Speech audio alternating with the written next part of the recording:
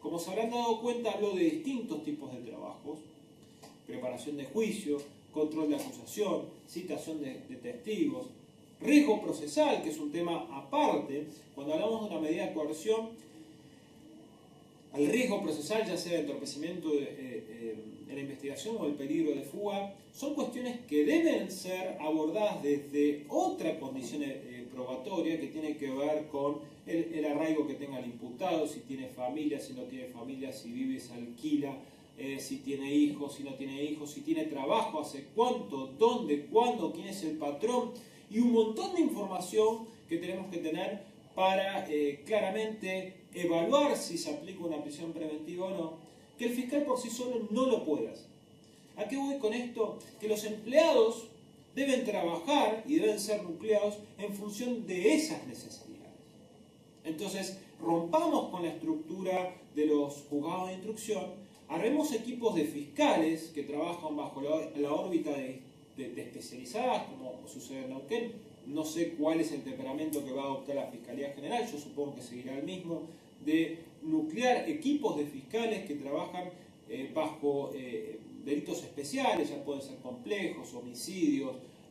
delitos sexuales, delitos de violencia de género, o como la política criminal lo indique. Y bajo la órbita de esos fiscales,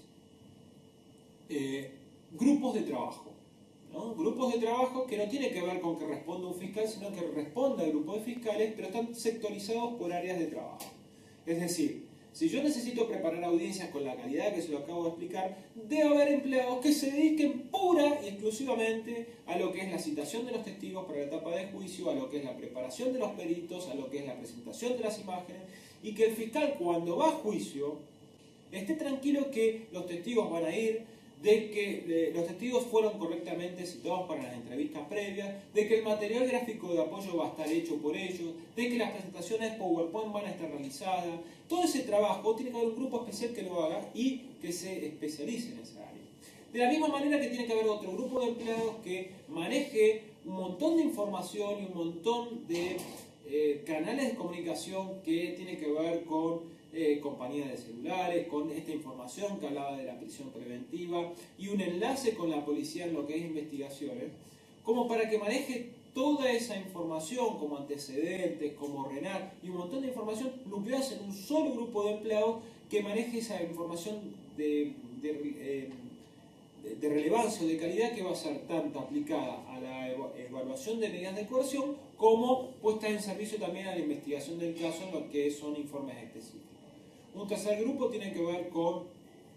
también tiene que haber empleados que se dediquen a la parte de gestión administrativa, que tiene que ver con todo lo que es licencia, todo lo que tiene que, con licencias de ese equipo, no licencias macro, sino con la tramitación de licencias, qué fiscal va a cubrir al otro, porque recuerden que es un sistema de audiencias y se maneja por un sistema de agenda.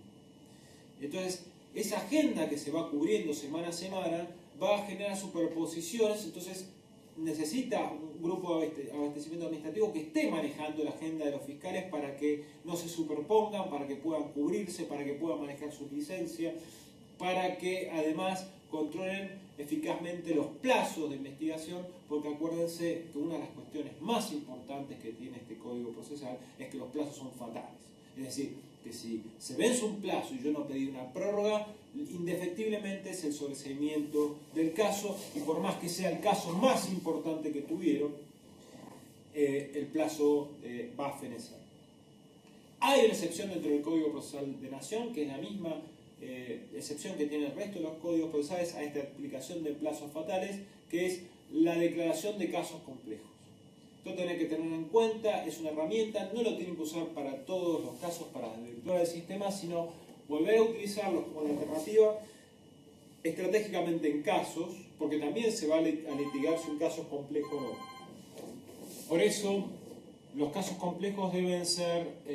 usados estratégicamente en el sentido de que van a duplicar los plazos de las medidas de coerción, van a duplicar los plazos de la investigación, y se utilizan cuando no, mediante obviamente bajo sistema adversarial,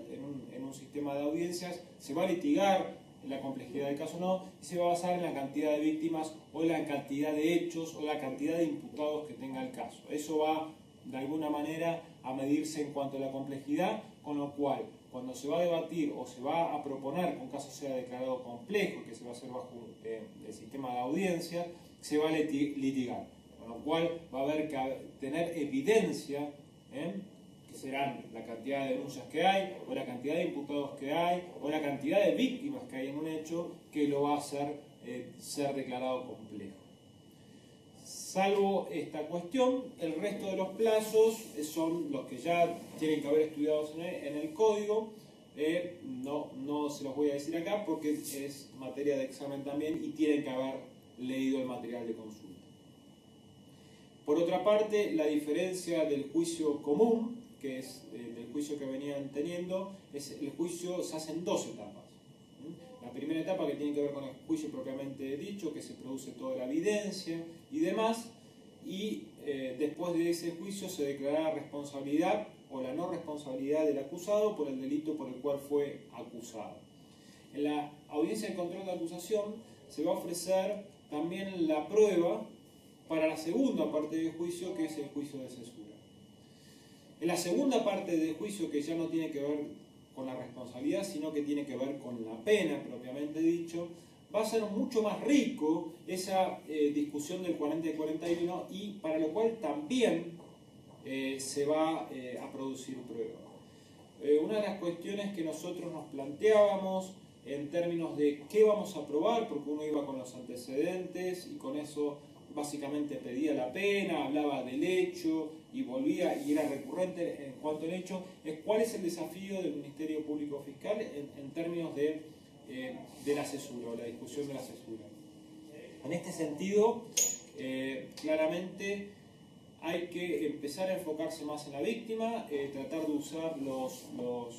cuerpos de psicólogos, los psicólogos que trataron a la víctima, y trabajar mucho sobre la extensión del daño que establece el artículo 41 del Código Penal. Y en ese sentido es buena, como estrategia, presentar al psicólogo que ha evaluado en algún caso la extensión del daño psicológico de la víctima, por ejemplo. También llevamos a declarar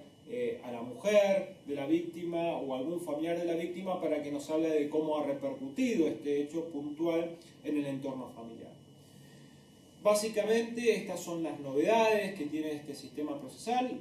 muy escuetamente, más allá del material que van a tener que estudiar y cómo es el sistema recursivo, más allá de que lo único que varía es que el sistema es oral. Lo cierto es que estos son los ejes que cruzan principalmente a un sistema de corte adversarial y que diferencian claramente a lo que es un sistema escrito mixto. Bueno, espero que esta breve introducción haya servido como para que ustedes puedan tener un pantallazo general de este módulo número 2 que se complementa con la correcta lectura obviamente del Código Procesal y la ley orgánica, que van a complementar claramente este pantallazo que les he dado. Bueno, muchas gracias y nos volveremos a ver en el curso presencial.